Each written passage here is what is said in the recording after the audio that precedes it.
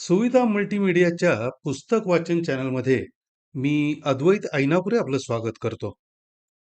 पुस्तक वाचन चॅनलच्या कथा वाचन या उपक्रमातली आजची कथा आहे विनिता ऐनापुरे लिखित एकटा. विनिता ऐनापुरे यांच्या आठवणी दाटतात या कथासंग्रहातली ही कथा आहे. ही कथा ऐका, आवडली तर जरूर लाईक करा, शेअरही करा आणि आमचा पुस्तक वाचन चॅनल आत्तापर्यंत सबस्क्राईब केला नसेल तर जरूर सबस्क्राईब करा.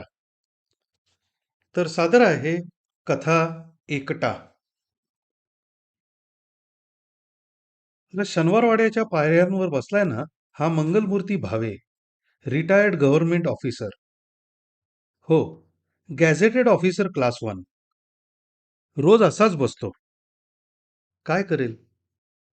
घर आहे ना, चांगलं मोठं स्वतःचं, अगदी सदाशिव पेठेत आहे. माणसं आहेत ना सगळी, बायको, मुलं, मुली, सुना, नातवंड, जावई सगळी आहेत. मुली आपापल्या घरी सुखानं नांदतायत. हा रोज संध्याकाळी शनिवारवाड्याच्या पायऱ्यांवर येणारी जाणारी माणसं पाहत हातातल्या पुड्यातला एक एक खारा दाणा तोंडात टाकत निश्चल नजरेनं उभा असतो. एक काळ असा होता की ह्याच्या नजरेनं सुद्धा लोकांच्या अंगाचा थरकाप व्हायचा. आणि आता कुत्रं सुद्धा हाड म्हटलं तर जागचं हलत नाही आणि हा हाड म्हणतही नाही.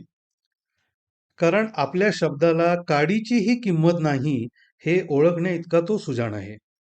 आणि जेव्हा शब्दाला किंमत होती तेव्हा ती आपल्या शब्दाला नव्हती, खुर्चीला होती हेही तो जाणून आहे.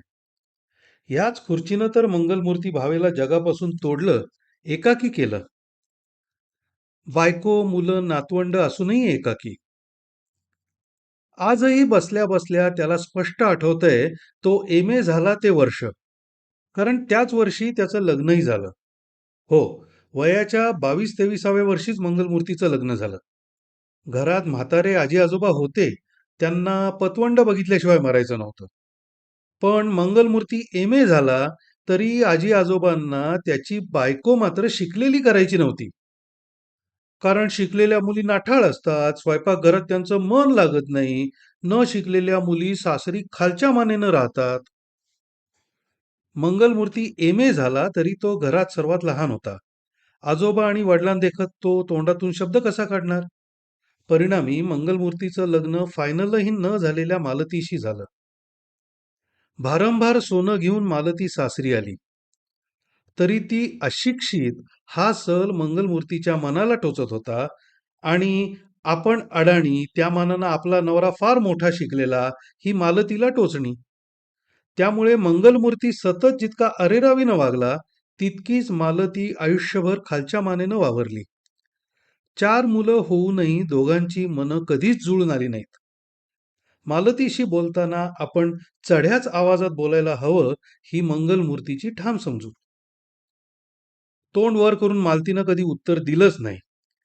आपला नवरा एवढा मोठा शिकलेला, आपण अडाणी, त्याचं बोलणं चुकीचं कसं असेल? लग्नानंतर 2 वर्ष तर मालतीची मंगलमूर्तीशी गाठच पडली नव्हती. पण मंगलमूर्तीची बदली नगरला झाली आणि त्याच्या पाठोपाठ मालतीची रवानगी झाली. बिराड केल्यावर पहिल्याच दिवशी मालतीनं मुकाट्यानं स्वयंपाक आटोपला आणि दोघांची पानं घेतली. पुण्याच्या घरात मोठी माणसं होती. कधी आपल्या दोघांना एका वेळी जेवण्याची वेळ आली नाही. आता दोघंच आहोत, जोडी जोडीनं जेवू हा मालतीचा विचार. हे काय, 2 पानं कोणाची?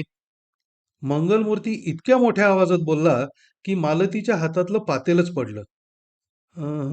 आपली दोघांची. कोण दोघं? तुम्ही आणि मी. हे काय बोलतच वागणं? दोघं एकदम? मला या असल्या गोष्टी आवडत नाहीत. मी जेवायला बसलो की उभं राहून वाढत जा, कळलं? शिक्षण तर नाहीच निदान. मंगलमूर्ती पुढे बोलण्यापूर्वीच मालतीबाईंनी आपलं ताट उचललं.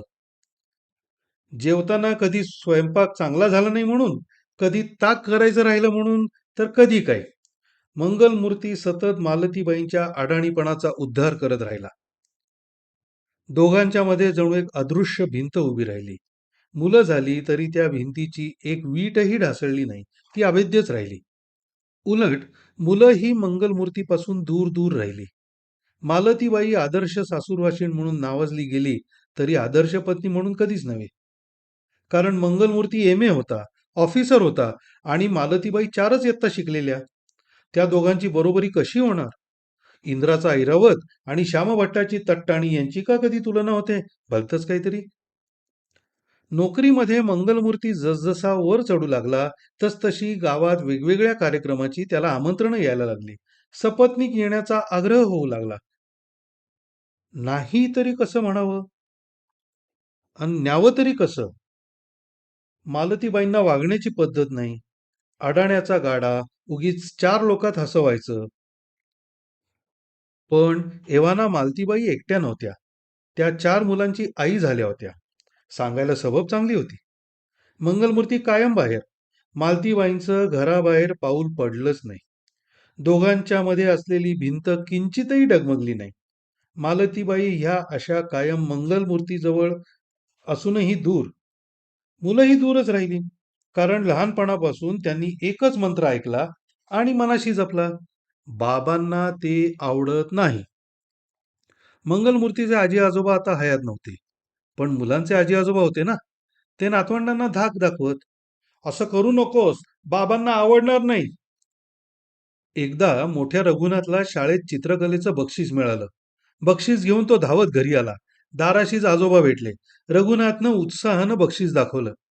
रघुनाथा, अरे तुझा बाप एवढा हफसर, तू असली चित्र काढून काय भिंती रंगवणारीस का? अभ्यासात डोकं घाल. रघुनाथाच्या मनाचे रंगच विस्कटले. बक्षीस घेऊन मंगलमूर्तीच्या पुढे जायचं धाडसच त्याला झालं नाही. मालतीबाईंनी रघुनाथाचं बक्षीस देवापुढे ठेवलं आणि त्याच्या हातावर साखर ठेवली. रघुनाथाच्या खालचा रामचंद्र लहानपणापासून खेळण्यात हुशार. कबड्डी म्हणजे रामचंद्र आणि रामचंद्र म्हणजे कबड्डी असं समीकरणच तयार झालं होतं. घरात यायचा तो सुद्धा एका चवड्यावर नाचत नाचतच. तोंडल्यानं कबड्डीचा मंत्र. एकदा शाळेतले सामने संपले. रामचंद्र घरी आला तो हातात मावतील न मावतील इतके कप आणि बिल्ले घेऊन. शिवाय बरोबरच्या मित्रांच्या हातात चॅम्पियनशिप मिळाल्याची ढाल. सगळे घरात शिरले ते आरडाओरडा करतच. दुपारची वेळ. बाबा घरात नाही ही रामचंद्रची समजूत. त्यामुळं अचानक मंगलमूर्तीला समोर बघून तो घोटाळला. या. मंगलमूर्तीचा आवाज ऐकून रामचंद्र आणि त्याचे मित्र सगळ्यांचीच पावलं थबकली. आवाज घशातच विरले. वर या. रामचंद्र बाबांच्या समोर उभा राहिला. हे काय एवढं? बाबा, खेळांचे सामने झाले ना तर? रामचंद्र उत्साहाने बोलायला लागला. झाले ना, मग आता कचरा फेकून द्या. कचरा? रामचंद्रचे ओठ थरथरायला लागले. हो, कचराच. हे कप, हे बिल्ले, ही शीळ यांचा आयुष्यात काही उपयोग होत नाही, कळलं? आणि ज्याचा उपयोग नाही तो कचराच. तेव्हा ते फेकून द्या आणि अभ्यासाला लागा. थोरले ते पेंटर होतील, तुम्ही कबड्डी खेळा. नालायक झाले. मंगलमूर्तीच्या एकेका शब्दासरशी एक एक मुलगा हळूच काढतं पाऊल घेत होता. त्याचं बोलणं झालं तेव्हा आत मालतीबाईंचे डोळे लालभडक झाले होते. बाहेर रामचंद्र कोरड्या नजरेनं एकटक आपल्या वडिलांकडे बघत होता.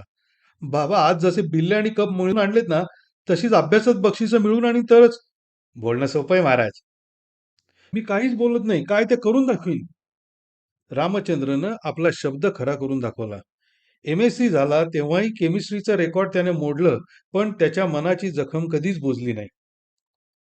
रामचंद्रच्या खालची अलका, आपल्या आईसारखीच खाली मान घालून वावरणारी. त्यामुळे मंगलमूर्ती घरात आला की ती बाहेर. लेकीचं आणि बापाचं जे जिव्हाळ्याचं नातं असतं ते कधी जुळलंच नाही. रघुनाथ आणि रामचंद्र सारखंच मंगलमूर्ती अलकाला शिकवत होता. तिच्यावर खर्च करत होता. कपडा लत्ताही होत होता. तरीही होत होत्या त्या सगळ्या गोष्टी कर्तव्य म्हणूनच. भावनेचा त्यात अंश सुद्धा नव्हता. अलकाच्या पाठीवर सगळ्यात धाकटी श्यामला.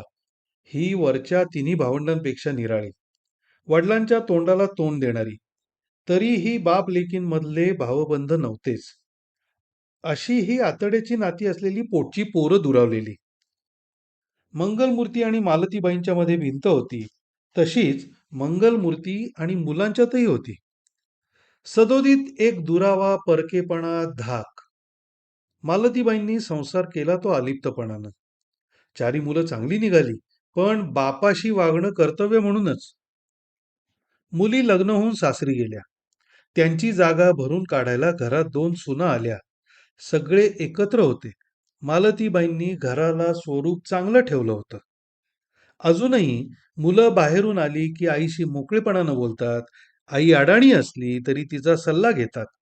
सुनाही आईच्या मायेनं वावरणाऱ्या सासूला मानतात. मुलं मंगलमूर्तीला वगळतात असं नाही, पण संबंध जन्मभर जे अंतर मनात रुजलं ते कमीच होत नाही.